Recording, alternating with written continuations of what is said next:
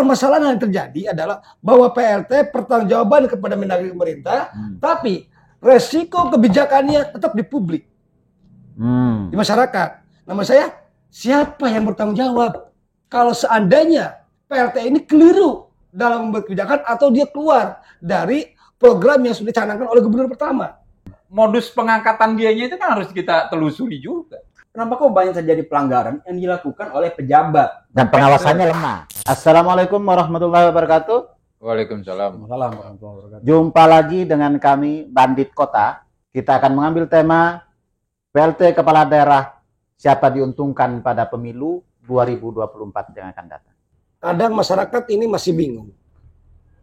Ada 4 jenis jabatan sementara.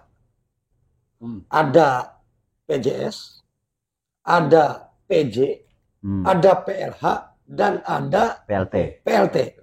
Coba kadang ini yang karena susunan payung hukumnya berbeda.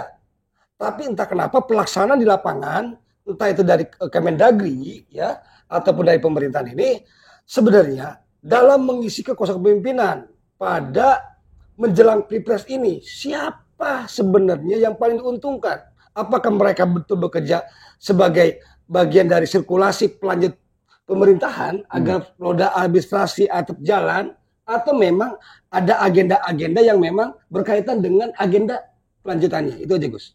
PLT, pelaksana tugas. PJS, pejabat sementara. PJ, pejabat. PLH, pelaksana harian. Nah, jadi itu berbeda konteksnya ya. Tapi sesungguhnya kan pertanyaannya begini. Ini sejak tahun 2022 kan kita pilkada itu, dan ada beberapa yang sudah habis 2022. Ya. Pilkada nanti baru bulan November kalau tidak salah, 2000. Yang serempak nih. Ya, 2024. Artinya ada ratusan kepala daerah yang tidak dipilih oleh rakyat, tapi dia mengatur mengelola uang rakyat dan memimpin kebijakan-kebijakan di daerah. Iya, karena gini, problemnya itu di kita itu kan selalu berubah sistem. Kan gitu. Ini kan efek dari pilkada serentak. Ya kan? Ini kan berefek nih. Jadi yang tadinya itu dalam satu periodisasi presiden itu, misalnya 5 tahun, itu kan bisa berapa kali pilkada. Hari ini ingin dibuat serempak. Kan gitu kan. Nah itu konsekuensinya. Nah yang menarik adalah, ini ada kasus juga. Ketika dia terpilih tahun 2022, atau bukan 2022 lah, 2021 katakan. Kalau dia hitung satu periode, itu kan terpotong. Iya. Ya kan? 2024 dia harus juga mundur itu. Dan itu banyak itu. Dan itu bertentangan dengan undang-undang. Itu dia. Dasar. Nah, karena periodenya 5 tahun. Periodenya 5 tahun. Dan dia konsekuensinya kan dia harus tetap harus mundur kan. Iya. Atau diberhentikan. Iya. Nah itu problemnya. Kemudian ketika bicara yang diuntungkan adalah perpanjangan. Dan ini jelas kenapa hari ini tingkat kepuasan terhadap Jokowi itu meningkat ya. Ini kan kita melihat ya mungkin tidak ada secara langsung ya kaitan ini, tapi ketika ini adalah orang dia semua, PLT ini kan orang dia semua nih. Pemerintah lah. Pemerintah gitu kan. Karena dia yang menunjuk. Bukan yang dipilih. Ya otomatis bekerjanya pasti satu arus dong, satu arah. Oh kebijakan ini benar, kebijakan ini baik kan gitu kan. Iya dong, namanya orang sendiri. Lu gua tunjuk. Lu nggak mungkin dong jelekin gue. Berarti itu ada subjektif. Ya ada, maksudnya dari sisi itunya diuntungkan, terus kemudian kita coba kaitkan ya. Ini kan luar biasa, Pak. Tingkat kepuasan pemerintah ini. Bahkan nyampe 80% terhadap pemerintah ya. Iya, terhadap pemerintah. Atau justru gitu karena orang yang jadi kepala daerah sekian banyak ini, justru orang-orang memang yang berpengalaman di pemerintahan, sehingga kinerjanya menjadi lebih bagus. Gimana Mang Uci? Nggak bisa disimplikasi begitu juga, Gus. Terus Mandiri tadi ya. bahwa ada kepuasan masyarakat terhadap pemerintahan sekarang, itu kan berdasarkan survei. Hasil semua lembaga survei rata-rata di atas 70%, betul. Saya sih melihatnya bukan karena kinerja PLT, gubernur atau apapun, tapi memang ada program-program kemasyarakatan yang dilakukan oleh pemerintah sekarang yang bersifat tersampaikan, maksudnya tersampaikan dengan baik kan gitu ya. Gitu Kayak misalnya BLT. Bantuan langsung tunai kan banyak program PKH segala macam. Ini kan dirasakan langsung oleh masyarakat. Jadi ketika lembaga survei turun ke lapangan, ke masyarakat, mereka survei tanya kepuasan masyarakat terhadap pemerintahan Jokowi, ya pasti tinggi gitu loh. Nah, terkait dengan siapa yang diuntungkan pada Pilpres ini terkait dengan PLT gubernur misalnya atau PLT kepala daerah yang lain. Nah, saya sih melihatnya, walaupun ini katakanlah PLT ini semuanya adalah orang pemerintah dalam tanda kutip, tidak sesederhana itu juga. Karena ada aturan juga yang mengekang mereka, yang mengatur mereka gitu ya. Misalnya kan PLT tidak bisa tuh melakukan mutasi pejabat. Kewajiban PLT hanya melaksanakan program-program yang sudah dibuat oleh pendahulunya gitu. Ketika PLT itu juga punya kewenangan terbatas terkait dengan pembangunan dan sebagainya. Maka sesungguhnya kemudian PLT itu enggak. Apa saya agak inian. Ada contoh di Jakarta. Itu ketika memang tadinya rumusannya adalah bahwa PJ dan PLT itu tidak boleh melakukan mutasi. Cuman yang terjadi di Jakarta hari ini itu enggak begitu, seperti punya kewenangan penuh. Prakteknya seperti dipilih, seperti definitif. Ini yang harus kita sama-sama kritisi sebenarnya. Kenapa kok banyak terjadi pelanggaran yang dilakukan oleh pejabat dan pengawasannya lemah? Nah itu. Problem di pengawasan. Nah, pertanyaannya kan begini, kalau tidak salah, ketentuannya itu kan tiap 3 bulan diatur. Apakah setiap 3 bulan itu ada tidak mereka ini ya kasak kusuk, bisik-bisik sehingga mereka bisa berbuat seenaknya dan tetap di ruang remang-remang lah kira-kira. Di ruang remang-remang ya kan, geser-geser, sorong-sorong gitu lah. Ya. Sisi gelap selalu ada. Hampir di semua sektor. Bukan cuma di pemerintahan. Kan bayangkan kan begini. Orang bisa jadi PLT sekian tahun atau taruhlah misalnya kita hitung aja setahun. Ya kan? Dan untuk mengelola dana daerah yang sekian miliar atau sekian triliun. Padahal kalau orang mau nyalon kepala daerah itu, ya kan, kalau bupati wali kota saja di Jawa ini, itu kan bisa antara 20 sampai 60 miliar misalnya. Ya kan, kalau misalnya itu dibagi 5 saja. Itu kos politik ya. Kos politik. Untuk bupati atau wali kota. Wali kota kayak gitu. Nah, sementara misalnya dengan dia PLT ngelola seperti itu kan sangat mungkin untuk ada main-main mata juga kan. Mungkin nggak? Saya masih mempertegas yang tadi. Apa perbedaan PJS dan PLT? Karena ini sumir di lapangan. Bedakan, karena kedudukan hukumnya beda. Kalau PJS itu berdasarkan Kemendagri, kalau PLT berdasarkan Undang-Undang Nomor 23 tahun 2014. Ya. Nah, ini yang membedakan tupoksinya Gus di lapangan. Pertanggungjawaban beda kepada siapa.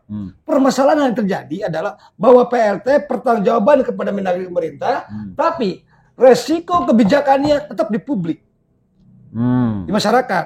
Nama saya, siapa yang bertanggung jawab kalau seandainya PLT ini keliru dalam membuat kebijakan atau dia keluar dari program yang sudah dicanangkan oleh gubernur pertama? Ini itu Gus. Fungsi pengawasan jangan sampai ada terjadi PLT menjadikan sebuah pengkhianatan di lapangan. Kan fungsi pengawasan kan tetap ada di pemerintah pusat toh. Iya, siapa yang jamin? Maksudnya siapa wasitnya?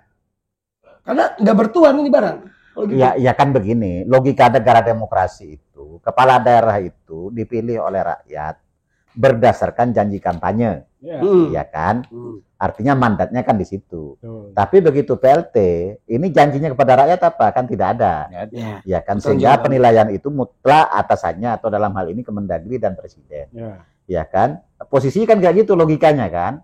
Nah, tapi kalau sehari 2 hari ya bolehlah begitu. Tapi kalau sekian rentang waktu, ya kan? Atau misalnya terjadi penyalahgunaan kewenangan misalnya. Nah, yang menarik tuh modus pengangkatannya. Mutasi pejabat ya? Iya.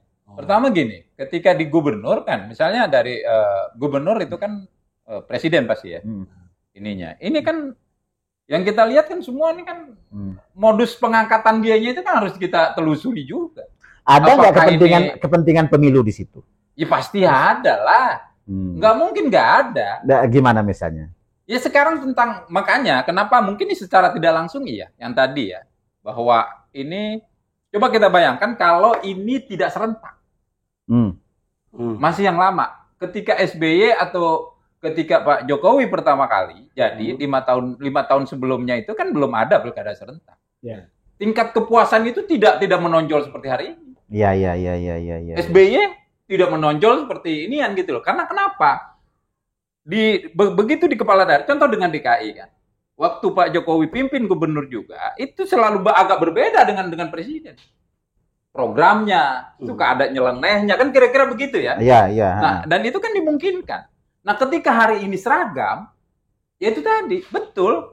Artinya pemerintah hari ini banyak program yang langsung ke masyarakat. Yeah. Dan ini nggak ada filter dari kepala daerah. Jadi kepala daerah ya udah begitu ini, oh ya langsung dibilang bagus ya bagus. Berbeda ketika dia ini punya kepentingan sendiri. Punya kepentingan sendiri, apalagi beda parpol gitu. Beda partai. Nah, misalnya kayak di Jawa Barat misalnya, atau di Jawa Tengah, atau di Jawa Barat lah, Kang Emil misalnya. Dia kan berbeda nih tadinya kan gitu kan. Atau kita ambil contoh yang memang kayak Sumatera Barat. Nah itu kan beda tuh. Nah ini kan tentu tidak akan dia bilang ya bagus-bagus amat, pasti dia akan tawarkan yang punya dia. Gitu loh, walaupun itu tidak. Nah, pertanyaan saya dengan PLT ini kan taruhlah misalnya ini kan pasti secara tidak langsung kepentingan pusat masuk lah. Ya apalagi nanti saya mau masuk ke ini, Cak. Nah, gimana? Habis dari gubernur, ini kan gubernur kan tingkatnya tingkat pusat. Kemudian nanti tingkat bupati dan wali kota. Nah ini kan endorse dari gubernurnya nih. Iya. Ya kan kalau kita dengar beberapa kepala dinas ada di Jawa Barat, di Jawa Tengah kan menjadi PLT di bupati dan wali kota. Iya, bahkan ada kepala dinas yang jadi PLT. Jadi PLT di kabupaten atau wali kota. Nah, sehingga misalnya popularitas gubernur itu juga meningkat. Meningkat dong pasti di situ.